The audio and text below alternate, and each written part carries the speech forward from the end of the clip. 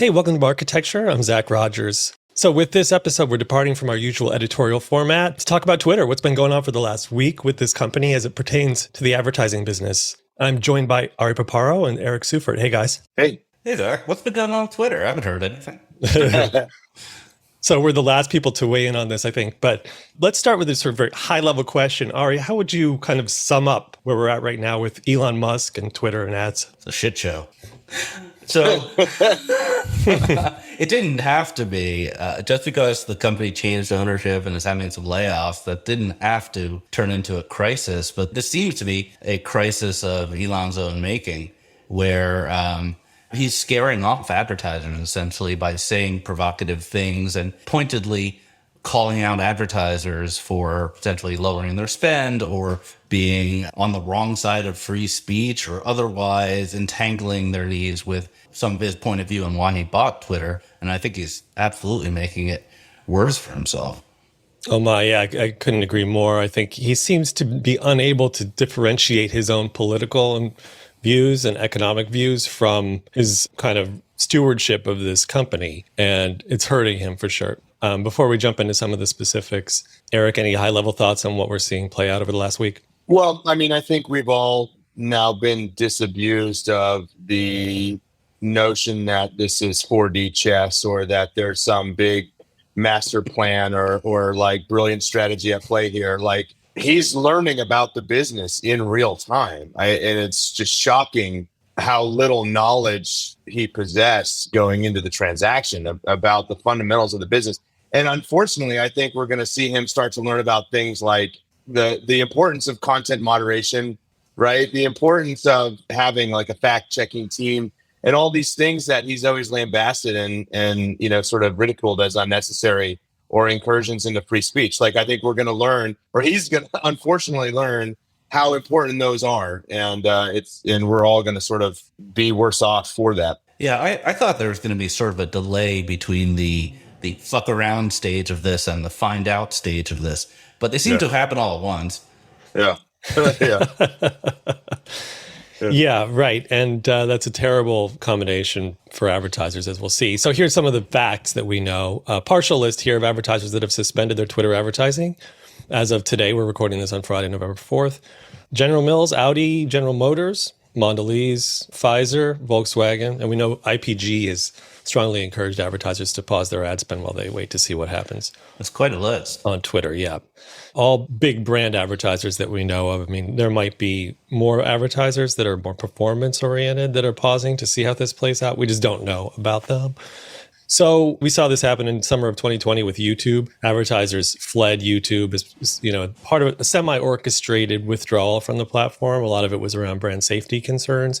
How much of what you guys are seeing right now with advertisers leaving Twitter or pausing their Twitter spend do you chalk up to brand safety? Well, I would say that another relevant boycott was also in 2020, which with Facebook, right? And that was almost like a backlash to the election. Now, with Facebook, it didn't have any effect, right? I mean, it was like one of the big participants in that was like North Face. And so, okay, North Face is pausing spend in the summer. Yeah, what a bold stance. But that just showcases the difference in those platforms. First of all, you know, Facebook, they always talk about 10 million advertisers, right? It's SMB advertising, it's direct response. But it's not even about the size of the company or the format. It was the dependence on that channel for sales, right? SMB is not going to boycott a channel, right, if that is going to have an adverse impact on its business. That's just not what you do. A big brand that, you know, couldn't really measure the impact of its ad spend on Facebook, yeah, fine, okay, maybe we'll do that. But the problem with Twitter is that's all the revenue. Is big brands that can't measure the impact. And so if you insult them and you provoke them, they're going to pull their ad spend and they're going to go and apply it to whatever, billboards or paying people to run around in a flash mob because, well, that was just experimental spend anyway. I mean, that is just totally indefensible spend. And so, yeah, if you make them angry, they're going to pull it. So Eric, I'm glad you brought that up because I was hoping to ask you this question where you probably have a lot more knowledge than I do. What's the breakdown on Twitter between direct response and brand? Because their cohorts, you know, Facebook and Snap and whoever probably lean more towards DR, but I feel like Twitter is more brand. Well, they've said it. They said in 2020, they had an analyst day and they said it was 85% brand, right? Why? Why is it 85% brand? Well, I just read an article today, and it said something that like there's like 2,500, 3,000 advertisers on Twitter or some or brands like that are advertising on Twitter. Now you could just go and promote your tweet or whatever, but that's different. I think they had measured like three. So that's their advertiser base, really.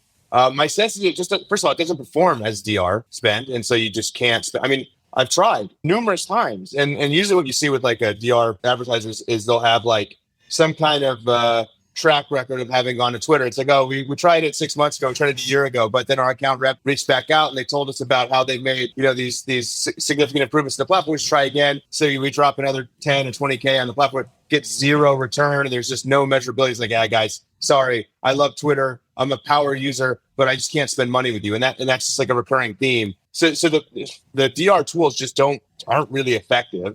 Right. And then I think a lot of the brand spend, even it's not like big scaled spend. I mean, their revenue is $1 billion a quarter. Right. So they're not making that much money even from the brand spend. It's just like, hey, this is like pretty low on our priorities list of channels to spend on. But that's what makes it so vulnerable, right? Like if the new CEO starts poking everybody in the eye, like, well, then it's pretty easy to just revoke that spend. Yeah, I think that as an observer of Twitter as a user, the timeline ads are largely direct response and not very effective. But they do have quite a bit of video and pre-roll in various places. And I think that probably has disproportionate impact on their revenue because they're high CPMs, but largely unmeasurable on brand spend. Yeah. I just point out one other thing. So when they had that analyst day, there was an old leadership team on the ads team, and I think they were actually really committed. Because the reason they brought that stat up, they had never revealed that before, because they were making the point that we are going to change that mix. We're going to build more DR tools. That was the whole point of that analyst day, really, was talking about the roadmap they had for bringing more DR spend to the platform. Now, when Parag took over from Jack, he fired a lot of that leadership. Yep. Like Parag was not a big believer in advertising business model, and he started talking about crypto and all this other stuff in the subscription model. But the thing is, like, those people were left. So you've been a year without any real leadership on the DR ad spend initiative. And I had tweeted something out about that. And one of the people on the DR team responded and said, no, look, we have made progress. Here's a blog post. And if you read the blog post, they're talking about, okay, they've created a Twitter pixel. Yeah. Like, come on, you're 2021. Yeah, just literally last week, they put out a blog post about their great new conversion tags. Yeah, and they've got conversion and the conversion API, and they've got app events bidding. It's like Facebook released a pixel in like 2015, or they made it like totally public out of beta. That was the first party pixel. That third party pixel went back further than that. They had the app event targeting since 2016. I mean, this is table stakes for 5-6 years. Yep. And then they sold MoPub, which I think is an interesting little, we'll call it a B story if we were writing the TV show about this. Yeah. The MoPub, which was effectively like a direct response cash machine. It was an exchange they owned. And internally, the feeling, I've heard this from Twitter employees, the feeling was that it wasn't core to their long-term mission. And someone came to the table, AppLovin, with, I don't know, $1 billion cash offer to buy it. And they felt like it was a good focusing move to get rid of MoPub. But that said, if they actually really had ambitions to build a DR business, having a giant pool of supply with an SDK is certainly a big asset that very few other folks have. So I kind of, in my opinion, I saw that as kind of the beginning of the end of them having a real DR business. Right. Yeah. I want to touch on something Eric said earlier about advertisers. It being kind of a layup for them to withdraw spend during a season when they aren't selling a lot anyway, or when they're not highly dependent on a channel. Before we get into that, I just want to sort of clarify what we all just talked about with DR and the lack of performance, or at least measurable performance on Twitter. How much of this can be chalked up to like a shitty ad product? Like, it's not, the ad formats are too easily skippable and not engaging. Yeah, ad formats are poor, in my opinion. The benefit of having text ads in a timeline is that probably they're read because you have to read them in order to figure out they're an ad. But they're not very compelling formats. If you just apples to apples as a consumer, look at Instagram and see those ads versus the ones that you're seeing on Twitter, and it's just, a tail. It's a bad comparison for Twitter. Let's just put it that way. But then you also have to think about if you think about ad products, the targeting and optimization. Twitter very little about its users. They don't have intent. People don't tell Twitter, hey, I'm about to buy a t-shirt, or I really like that pair of leggings. They don't have accurate demographics, age, gender, etc. They don't have billing relationships with most customers. You can't like bridge from a credit card to an Equifax profile or anything like that. They may have poor quality identity in terms of email and real first name and real last name. So it's a pretty weak data set that they're using to optimize those ads in the first place. So overall, they're playing from a very weak position. Interesting. Well, that raises some interesting possibilities for what Twitter could do to improve, which we will come to later in this episode. But let's just touch for a minute on Eric's comment about, hey, it's easy for North Face to withdraw their ad spend in the summer from Facebook. Well, right now we're coming up on a probable recession, and I think a lot of advertisers are looking for places to cut anyway. And is it just kind of a no-brainer when there's a shitstorm happening around Elon Musk and Twitter to say, well, we're just going to just ease off our investment there until we have more visibility into, how things are going to play out? Well, they're going to cut anyway. It's just an excuse. Yeah, I mean, I think that the IPG warning to its clients was also focused on the midterm elections.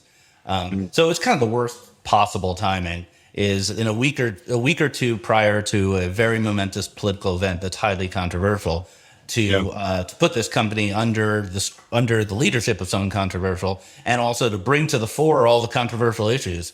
None of that's good for spending. Very easy, and in the face of a recession, very easy to turn it off. But I think a really good question is whether it comes back in X months, 3 months, 6 months, or does it become a habit to leave it off the media plan? Right. That's a huge question that depends a lot on what Twitter's power users do. If we see really big personalities and celebrities who are choosing not to use Twitter or, deactivating their accounts, does it just devolve into Parler? I don't know. Well, but Ari, I don't know how you classify your Twitter usage, and I'll spare you that judgment. But I know I'm addicted. I am absolutely Totally addicted to Twitter. And I hope they pull it together. I hope Elon, he's learning in real time. He seems like a smart guy. Maybe he learns it faster than anybody else could, and he writes the ship. I hope they figure this out. I love the platform. It's like with Facebook, I don't really use Facebook. I mean, as an advertiser, I do. And I'd be disappointed if that company just went to zero. As from an advertiser standpoint, from a user standpoint, I don't really use Facebook's products that much. But Twitter, I'm on it every second of every day. I'm absolutely addicted. And my wife would love it if Twitter just disappeared, but I would hate it. I would be distraught. And so I hope they figure it out. Okay, yeah. So you're rooting for success, as we all are, aren't we, Ari? I'm a total addict. I check it. Yeah. I check it while I'm checking it. I'll have it open in multiple screens. I can't get through a Sunday football game without checking it like 5,000 times just to see people's takes on what's going on. So I do have a question for the three of us. Who has the most followers? I'm going to guess Eric has more than me. Where are you at? Well, it's not me. I'm like around 10 or 15 or something. 10 or 15, not bad. I'm like 23,000 followers. Eric, I'm 29.7. So nice. Close to the 30.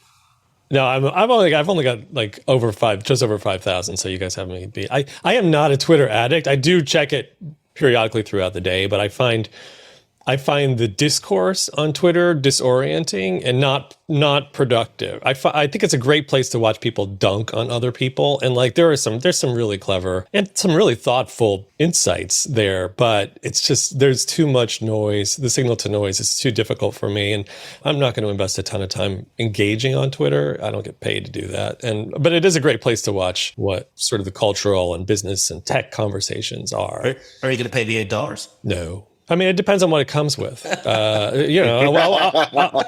wait and see. I mean, Twitter Prime might be exciting. Maybe they can come up with something really compelling. But I think you mentioned, Eric, Elon's learning in real time. Maybe he can pull this off. So let's read a couple of Elon tweets. Oh, God. Here's one. This was from about 2 hours ago. Twitter has had a massive drop in revenue due to activist groups pressuring advertisers, even though nothing has changed with content moderation. And we did everything we could to appease the activists. Extremely messed up. They're trying to destroy free speech in America. All right. So I think I would classify this as counterproductive.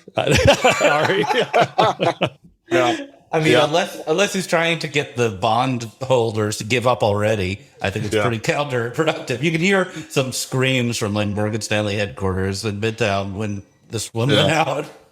And Apollo.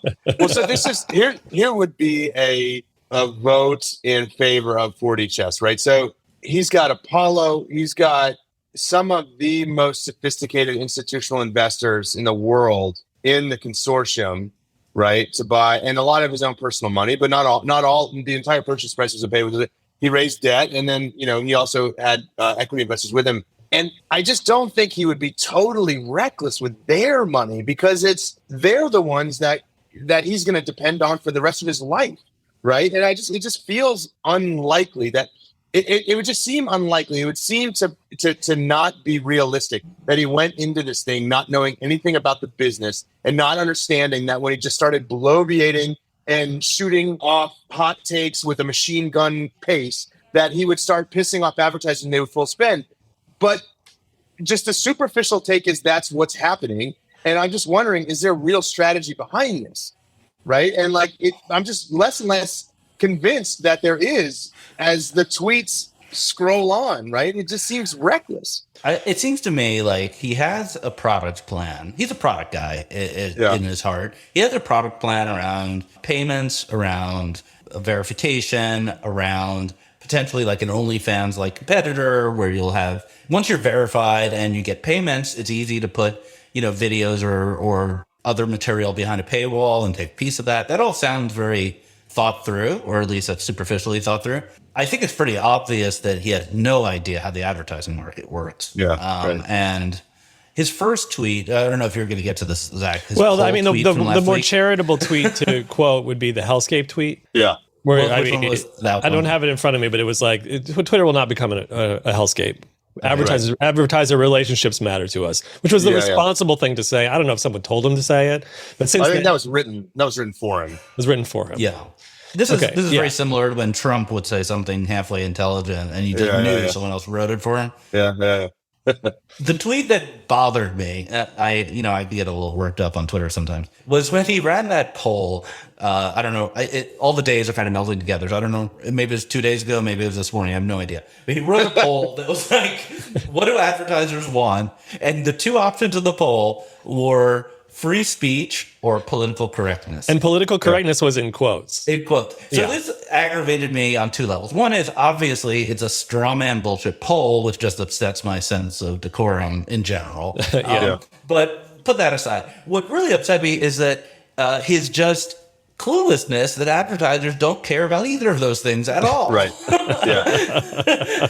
Advertisers want to avoid controversy. They don't want to be. So the fact that it was very ironic that the fact that the poll existed would turn off more advertisers than either of the options provided in the poll itself. Yeah. And Ari, speaking of polls, you yourself ran a Twitter poll at one point asking about Elon Musk's purchase of Twitter and the reasons for it. And do you remember what your options were? I don't. Do you have it? No, I don't have it in front of me. But one of the things you put as an option that people could vote on was billionaire hubris. And I think that might be what we're dealing with here. It's somebody who, I mean, it's all play money to him. I mean, sure, if Twitter goes to zero, $44 billion, like flushed down the toilet, that's still nothing compared to the loss of value that's happened with Facebook over the last 9 months. And, there's across the big tech, we've seen so much destruction of shareholder value with the markets just being crazy. So Elon screwing up Twitter is not actually maybe the most important thing to Elon. It might be fairly like a fairly acceptable outcome if the value is cut in half. It'll be off the public market soon anyway. Yeah. So, I mean, he's accountable to these investment partners, as you point out, Eric, and those relationships are very important, but he's also the richest person in the world. So those investment partners are almost less, they almost need to kowtow to him more than he does to them. I think that's kind of my assessment here. And he's just giving free rein to his ego, and it's really damaging for Twitter already 1 week in. So maybe he's just trying to create a really awful first impression so things can only improve from here. I don't know. Let's stop like trying to play the four-dimensional chess like Eric said. Let's just look at what's happening. So he's doing things that are necessary. I think everyone agrees that Twitter's overstaffed, and that it's not profitable enough, and that there are opportunities in payments or something like that. Those are pretty uncontroversial opinions. But I think we could all look at the past 7 days and say he is damaging the advertising business very significantly for no reason. Mm-hmm. Yeah. I have your poll up. It says, what do advertisers want from Twitter? Option 1, free speech, got 4.2% of the votes.